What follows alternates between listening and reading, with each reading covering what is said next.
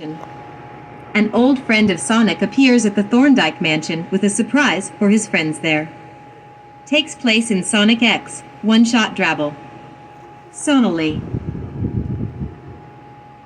Rated, Fiction T English Humor/Romance, Sonic, Sally, Words, 1025 reviews, 6 faves, 31 follows, 12 published, August 9th, 2020 status. Complete ID 136679190. It was early in the morning at the Thorndyke household, and Sonic was sleeping on his usual spot on the house's roof. He opened his eyes and was about to jump down to start one of his early morning runs when he spotted a figure climbing up the side of the house. He raised his eyebrows, getting ready for if it was Eggman's robots, but saw the figure jump down, and he jumped down to confront the figure.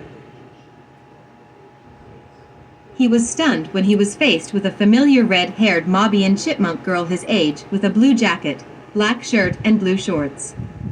"I got tired of waiting for you to return from stopping Robotnik once and for all that I went out to see how you were doing. It took a while to get Dad to let me, of course, and imagine my surprise when I got to this strange world thanks to the biggest use of chaos control that I had ever seen." Sally Acorn told him, and Sonic was open-mouthed to see her in person, even with her frown and arms crossed, her ears, and he had forgotten the last time that Eggman had been referred to by his real surname.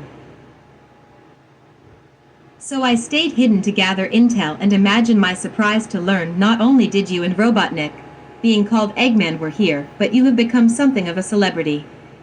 I was wondering if I even crossed your mind," Sally said with her frown still there, and Sonic sighed while looking at her.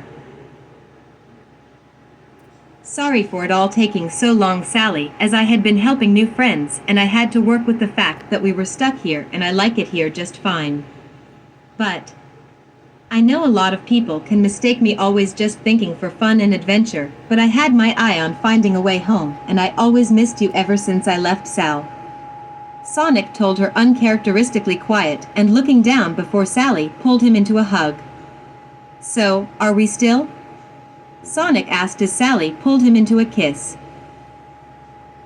"Of course, Sonic, I love you and I kept missing you.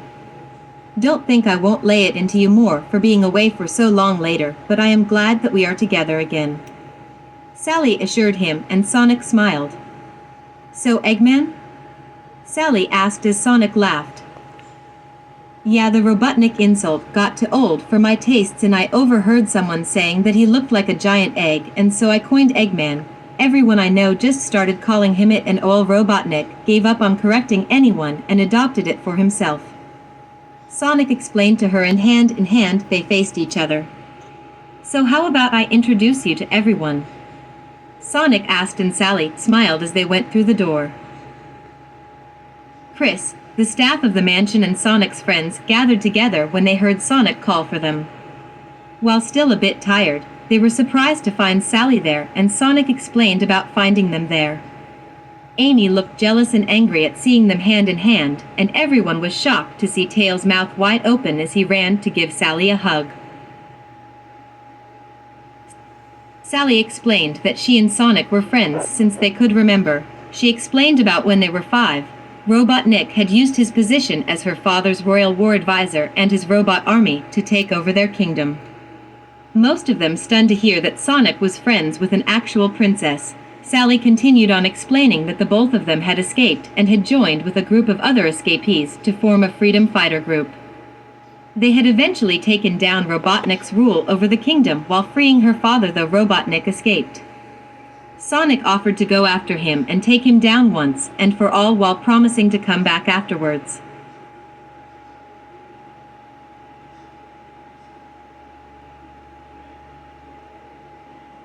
Tails even explained about the time Sonic had taken him back to the village when they came across each other when Sonic was on a recon mission with his plane, even going with him to find Robotnik.